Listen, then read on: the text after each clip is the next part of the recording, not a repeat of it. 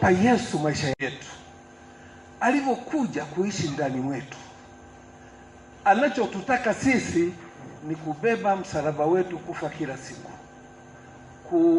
kuvunja mapenzi yetu, kuacha mapenzi ya Mungu yatendeke. Tunapoingia katika wakati ambapo ninafikiri ya kwamba napaswa kuishi katika mapenzi yangu, unapofikia hatua ukajilinganisha na huyu, ukajilinganisha na yule, ukafikiri hayo ndio maisha ulioitiwa, ndio maisha yako, haujafa. Yesu akasema anayetaka kufuata inabidi ajikane. Unajikana nafsi yako, unajikataa. Na Mungu anaposema tujikatae, tunapojaribiwa tuseme tunajaribiwa na Mungu, ni kwa sababu tunapokuwa tumempokea Kristo, anapoingia katika maisha yetu, anapoanza mahusiano na sisi, anatufundisha jinsi ya kuutiisha mwili. Huwezi ukautiisha mwili wa kwako ulionao kwa tamaa ya aina yoyote bila nguvu na uwezesho wa Mungu. Roho Mtakatifu ndiye anayeweza akakufanya ukamwona ndugu yako amepita kadondosha pesa pale nyingi, wakati nyumbani kwako huna pesa, ukachukua ukampelekea ukamwambia nimeona unaangusha pesa. Kwa sababu gani? Ndani mwako kuna matengenezo. Yale matengenezo yaliyofanyika yanakufanya uwe wa tofauti. Hauwezi ukatoka hapa ukatamani kumuua mtu. Huwezi ukatoka hapa ukatamani kuishi maisha ambayo bado Mungu hajakufungulia njia, ukaamua kuwa mwizi. Alafu ukasema kwamba hapa ni Mungu amenijaribu kwa sababu ndugu zangu wamejenga nyumba. Ndugu zako sio wewe. Haleluya. Amen. Kila mtu ana la kwake. Ndugu zako ni wao. Duniani,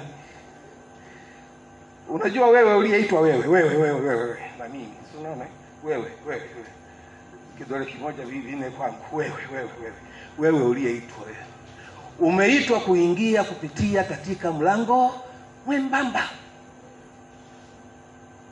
Umeitwa kuishi maisha ya kupambana ili ukapata kushinda.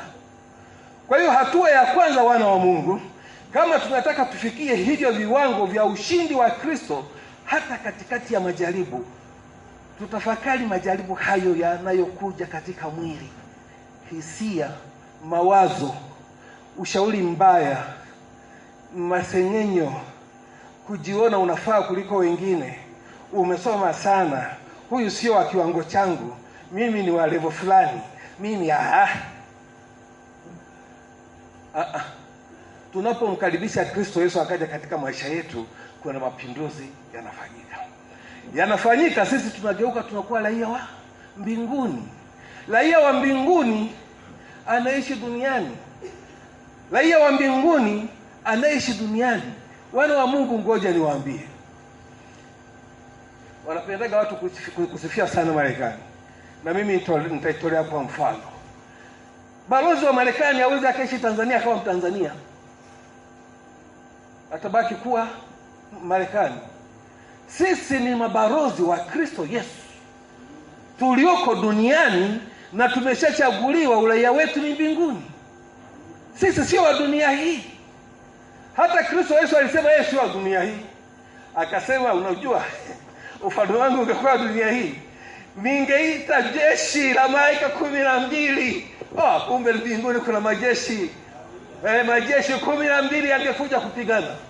Lakini siwezi kuyaita kwa sababu hapa mimi nimekuja kumnunua mtunda, nimbadilisha akawe mchungaji, nimtoe katika maisha yake aliyokuwa anaishi ya ovyo ovyo, nimgeuza awe mhubiri wa Injili, nimtengeneze anifananie, akapata kumwambia mtu mwingine habari njema. Ndivyo alivyokuita na wewe, kila mtu kwa kusudi na kwa nyakati zake. Tunapoona inafikia hatua tunahimizana ratiba za ibada, kutofika katika neno la Mungu, kujifunza, kutofika katika kuomba, kushiriki pamoja, wakati tunafahamu tukiwepo wawili katikati yetu, Kristo Yesu yupo katikati yetu. Mwingine atakuja na neno la kukufariji, mwingine atakuja na majibu ya maisha yako. Amen. Yamkini umekuwa ukitangatanga katika mambo fulani, lakini katika lile kusanyiko mnaombea kazi, Roho Mtakatifu anaweza akamsemesha mtu. Akauliza, hivi watu wenye qualification fulani wako wapi? Wenye sifa fulani wako wapi? Na njia ikatengenezwa. Kwani wewe wa duniani, yale yanayokukamata kule ni nini? Yanayokukamata kule ni nini? Wewe ni jasiri. Kuna kitu ambacho tunapaswa kutengenezwa nacho kwanza.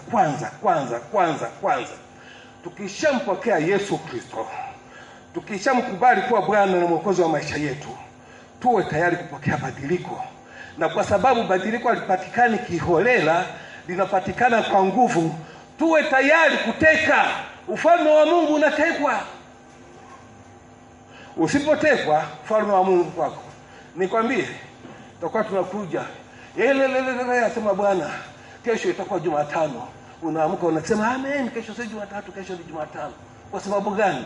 Huna mahusiano na Mungu. Unasubiri watu wengine wakusemeshe. Jiulize, kama Mungu anaishi ndani mwako, wewe uko ndani ya Kristo na Kristo Yesu yuko ndani mwako, umesemeshwa lini na Mungu?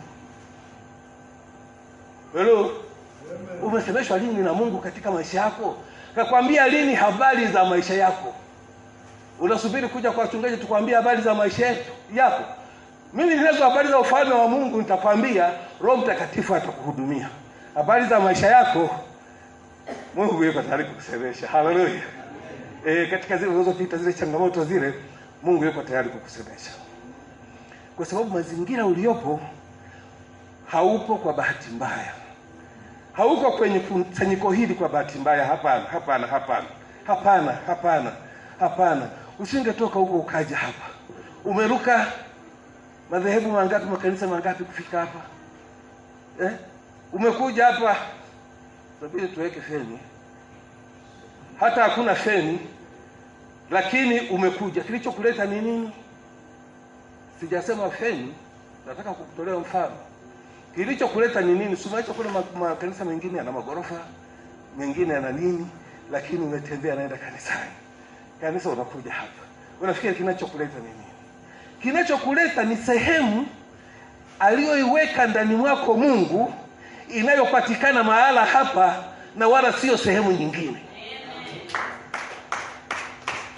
Usipolitambua hilo, utaishi maisha ya kutangatanga. Wengine katika maisha, kwa sababu ya kutokujua, tunafikia hatua. Mchungaji Mtunda kaingiliwa na tamaa zake zinamsukuma katika mambo mengine, na wewe unaingia katika huo mkumbo, unaharibu kundi. Sikiliza, Yesu alisema atakayempotosha mmoja kati ya hawa wadogo. Unajua sisi ni wadogo sana mbele ya Mungu. Watoto wa Mungu. Nyinyi ni wazee wa Mungu au watoto wa Mungu? Hao ni watoto. Mbele za Mungu hawa ni watoto. Hawana tofauti na huyu. Sikiliza, sisi ni watoto wa Mungu. Sasa nikiingia katika mkumbo nikampotosha mtoto wa Mungu, ole wangu kama nisingelizaliwa. Alafu neno hili halizungumzi na watu wa mataifa. Kwa sababu watu wa mataifa hata kusoma Biblia muda hawana. Wao wanasoma mambo yao, wana vitu vyao wanavyovipenda, wanafanya hili na hili, wana makusanyiko yao ya kuchoma nyama na vitu kama hivi. Ukikosekana wanakupiga faini, ukapata kulipia nyama siku nyingine. Lakini sisi tumeitwa kwenye kusanyiko letu, tunatafuta uzima, na uzima tunautafuta katika neno la Mungu, kwa sababu Mungu anazungumza kupitia huko. Haleluya. Sikiliza, mimi sijaja hapa kwa bahati mbaya.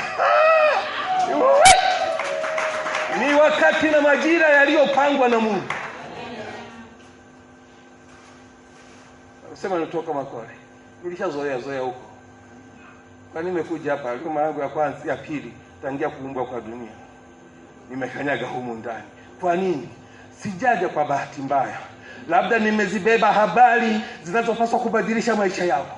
Labda wewe una ujumbe unaopaswa kunipa maisha yangu ya badilike. Tukiwa pamoja, kila mmoja na Roho Mtakatifu, utanipa neno la faraja, utanipa neno la amani, utanitia moyo, utaniambia connection katika jambo hili liko. Mengine utaongea wewe pasipo kujua, alafu kumbe unanipa majibu yangu.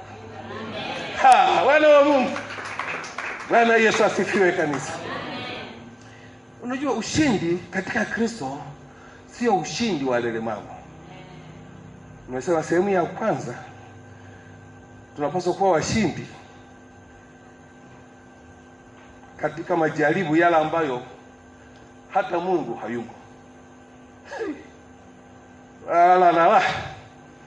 Majaribu katika Biblia, katika neno, yana vyanzo viwili. Unajua, shetani wala hawezi kukujaribu. Shetani anatumia tamaa zako kukujaribu. Shetani anapokuja kukujaribu, ni roho nyingine sasa lazima ipate mamlaka kutoka katika anayekumiliki. Ayubu alikuwa mwelekevu, alikuwa mwadilifu, alikuwa anampenda Mungu, hakuwa na uovu. Ayubu 1:12 unaeleza jinsi ambavyo Mungu alimruhusu. Ukipata nafasi utasoma Ayubu 1 hiyo. Mungu alimruhusu shetani, akamwambia, tazama vyote vilivyoko mikononi mwako. Bwana akamwambia shetani, tazama vyote vilivyo vyake viko mikononi mwako, lakini juu ya nafsi yake usiweke mkono.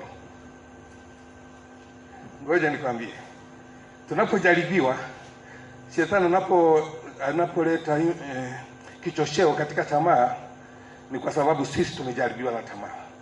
Kwa hiyo anayetujaribu sio shetani, anayetujaribu ni tamaa. Alafu ile tamaa shetani anapoiona ndio anaichochea. Akichochea ndio maana kuna kuzaa mimba, kupata mimba, mpaka kuzaa dhambi. Kwa hiyo tamaa haiwezi kukuongoza kwenye dhambi moja kwa moja. Ukitamani kujenga nyumba kama ulioiona ya mtumishi wa Mungu hapa, mimi bado nasema tu ile nyumba yako ya ghorofa ya ghorofa moja ile. Unaona? Mtu akaja akatamani kujenga nyumba hiyo, hajatenda dhambi.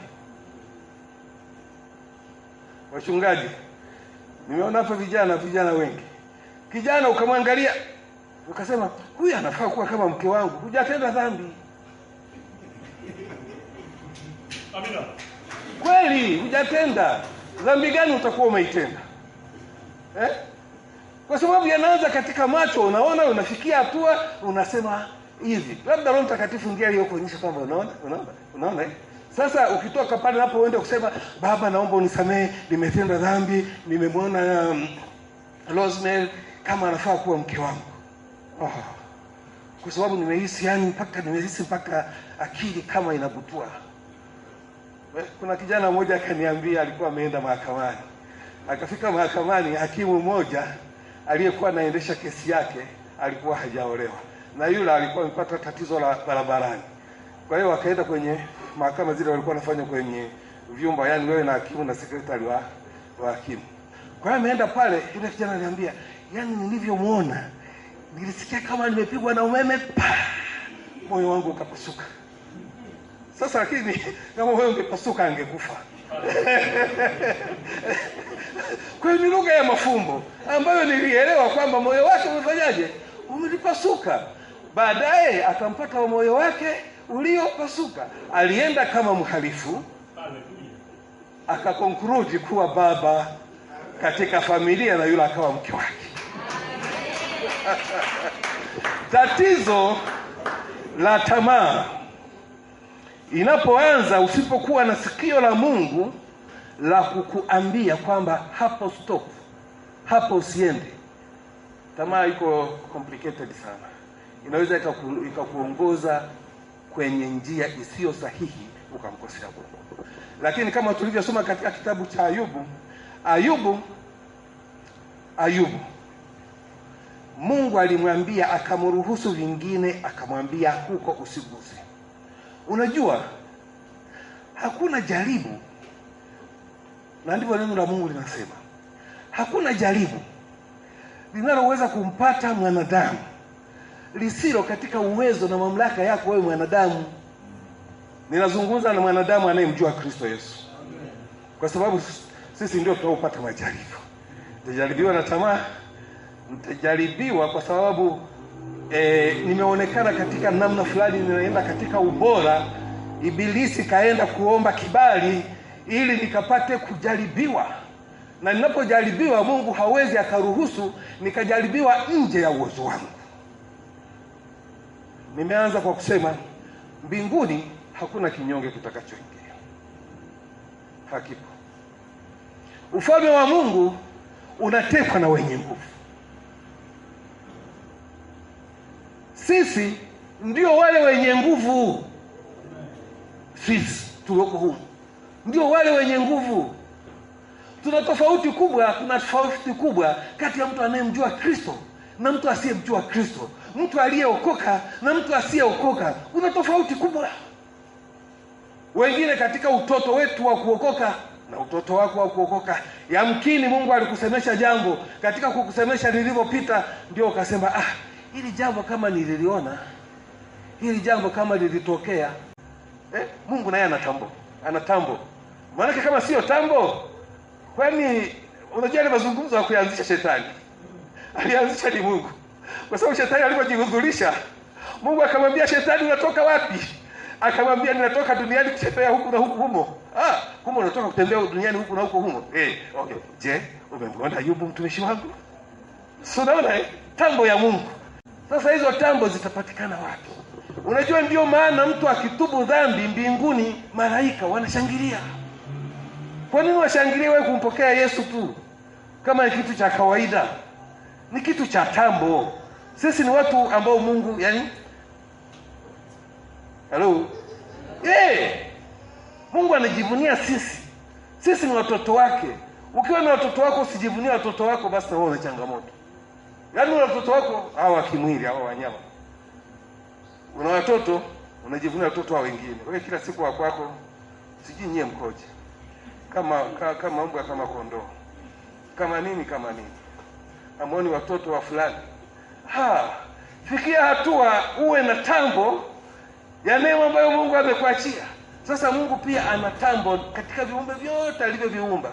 Ana tambo na wanadamu. Alafu anamtambia shetani. Kwa nini? Shetani alitaka kuabudiwa. Akatupwa, akaambiwa wewe takataka toka. Akatupwa. Unaona?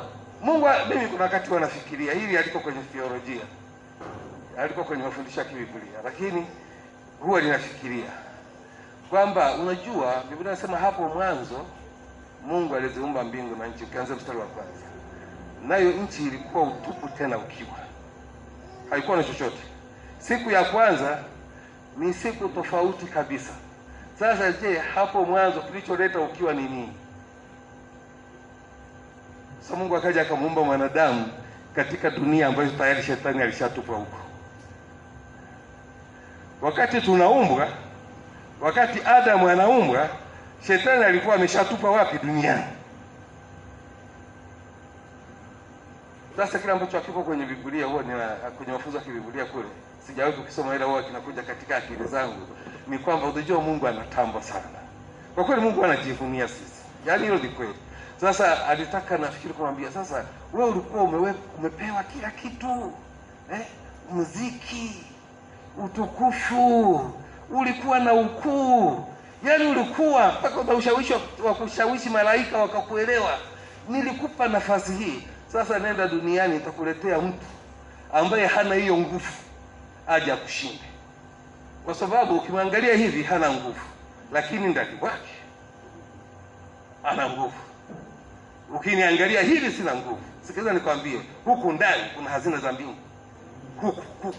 Huko tofauti sana, huko tofauti sana. Ndivyo ulivyo wewe. Kwa hiyo tufikie kiwango ambacho Mungu atajivunia sisi. Na Mungu kujivunia sisi, cha kwanza tuamue kushinda tamaa, zile tamaa za mwili. Mwili, majaribu haya tuyakabidhi mikononi mwa Mungu ili atutengeneze.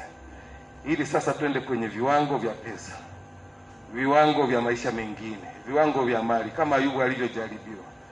Viwango hivyo. Ukisikia Roho Mtakatifu anakusukuma kuleta pesa zako zote hapa, sijasema ufanye hivyo. Nimesema Roho Mtakatifu akikusukuma kuleta pesa zako hapa ili zikajenge jengo la kanisa, huko sio kujaribiwa. Hiyo ni Roho Mtakatifu anakuambia tu, wala hiyo sio jaribu. Jaribu ni pale ambapo hujatenda kosa lolote, huoni chochote kilichotokea, alafu unajikuta tu yale uliokuwa unayategemea yanayeyuka. unamtafuta Mungu, unajiuliza nimekosea wapi, wakati mwingine huoni jibu. Ndio maana kuna watu wengine wanafikia kiwango cha kujiuliza, hivi Mungu yupo? Hivi Mungu ananipenda? Mbona nimefanya haya yote lakini napita katika haya? Umeruhusiwa kwa sababu unataka kuhamishwa kutoka katika viwango vya chini kwenda viwango vya juu. Unajua tunaishi katika maisha ya kutoka utukufu hadi utukufu. Hatuishi maisha ya kila siku niko hapa.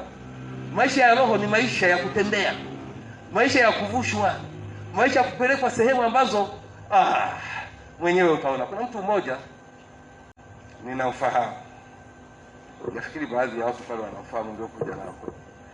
Huyo mtu katika kuvushwa kwake katika maisha, siku moja akapata neema akiwa kwenye maombi, akaona anasema upande wa huku.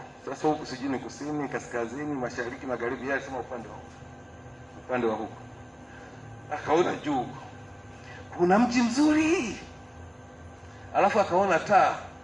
Zile taa zinatoa mwanga, anasema yani zaidi, yani si dhahabu, lakini ule mwanga ulimvuta. Yule mtu alivyokuwa anasema ulimvuta mpaka akafikia hatua ya kutamani kwenda. Kwa hiyo Mungu akambadilisha, kwa maelezo yake akambadilisha, sio mtu tena anayeogopa kifo, kwa sababu ile sura ya mwanga aliouona ile ilimvuta. Yani anasema ilibaki kama kumbukumbu, kama chapa katika fahamu zake, katika fikra zake. Unafikiri amefika pale tu kwa sababu Mungu amemwonyesha? Alipita katika aliyopita, alichekechwa alivyochekechwa, alipita katika mapito, alijiuliza hiki kitakuwaje, ikafikia hatua akapewa tumaini asije akaanguka, kwamba unaona ule mwanga ndipo kule unakoenda. Na hakusema tu hivyo, alisema alikuwa anatembea akaona amemalizia ngazi za, maelezo mengine magumu kueleweka. Yaani aliona dunia ina ngazi, yani ngazi kufika hapa alafu kuna mto unapita. Kwa hiyo amemalizia kabisa yuko ngazi ya mwisho, sasa anataka kwenda kwenye mto, kuvuka mto ili aanze kwenda katika mji ambao huko upande huko hivi. Sasa mambo mengine ni magumu kuyaelewesha. Lakini ninachotaka kusema ni kwamba yule mtu, unafikiri atabaki kama mwingine ambaye kila siku unaimba mbinguni kuzuri, mbinguni kuzuri, mbinguni kuzuri, alafu utakuuliza mbinguni kuzuri vipi? Hata picha ya uzuri wa mbingu haipo. Unaona, sio kila mtu anapewa neema ya kuona uzuri wa mbingu. Yeye kapewa uzuri wa mbingu. Hakuna anayebeba kusudi la Mungu ambaye hawezi kupambana na majaribu. Hata Yesu mwenyewe, mtasoma Mathayo sura ya 4 mstari wa kwanza mpaka wa 11. Hata Yesu mwenyewe alipita katika majaribu kwa sababu alikuwa anabeba kusudi la Mungu. Uwezo ukabeba kusudi la Mungu, ukalifikisha kusudi la Mungu bila kuchekechwa. Yaani wala ambao tunapata ushuhuda kila siku, mimi shwari. Wewe shwari imetoka wapi kila siku? Umelibeba kusudi la Mungu, kuna kuchekechwa. Nimechekechwa hivi alafu baadaye shwari. Unaenda kwangu kingine unachekechwa alafu shwari. Yesu alijaribiwa na shetani. Shetani hakumwacha mpaka msalabani akawepo. Temea mate huyu mtu. Anaongea na watu wake, choma mkuki. Anaongea na watu wake. Kwa sababu yani ndivyo kazi yake, ni kuchinja, kuharibu na nini. Lakini ninapata faraja kutoka katika neno la Mungu kwamba Bwana Yesu aliwaombea wanafunzi wake. Kwa mfano kina Petro aliwaambia shetani anataka kuwapepeta, Yohana sura 22 mstari wa 17 na kuendelea mstari wa 31. Alafu kwetu sisi akabadilisha, akapandisha viwango vyenyewe, akasema ukiniamini Roho Mtakatifu anakuja ndani mwako alafu anakuombea. Wanafunzi wa Yesu kwa sababu walikuwa hawajampokea Roho Mtakatifu, Yesu aliwaombea. Sisi tuna Roho Mtakatifu, Roho Mtakatifu anatuombea. Viwango vikabadilika, tukawekwa level nyingine.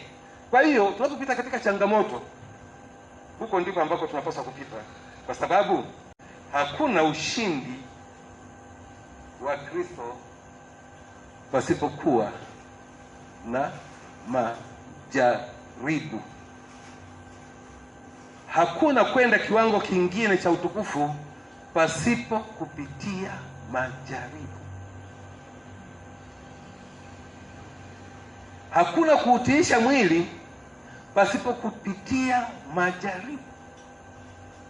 Lakini katika nyanja zote, yawe ni majaribu ya tamaa au yawe ni majaribu ambayo Mungu anajivunia, sisi lengo, tukisimama imara, tutaishia kumpa Mungu utukufu katika maisha yetu, na tutakuwa miongoni mwa wale ambao kweli siku tukimaliza safari yetu duniani tutapokea ushindi.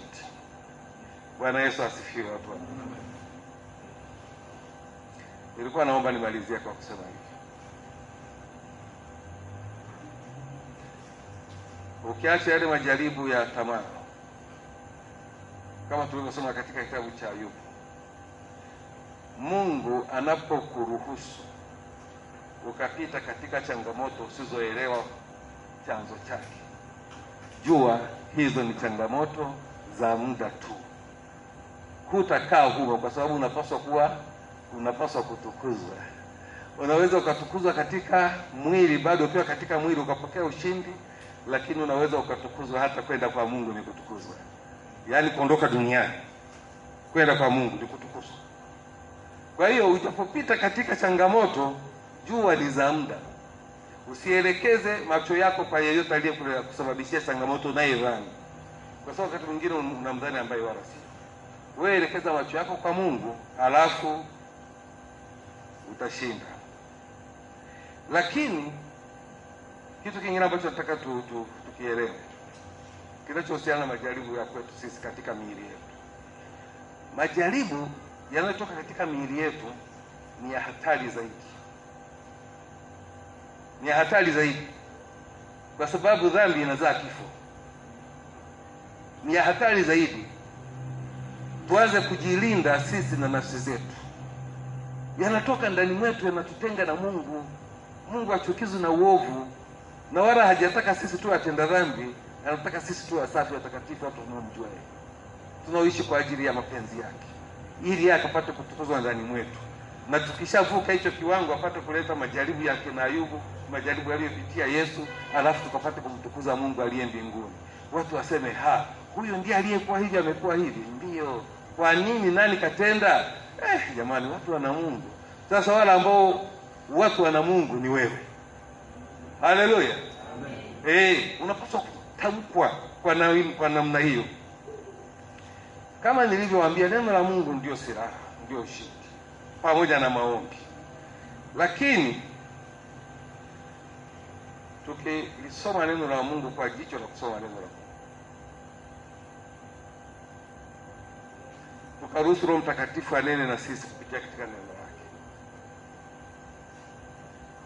tukaruhusu utendaji kazi wa Mungu,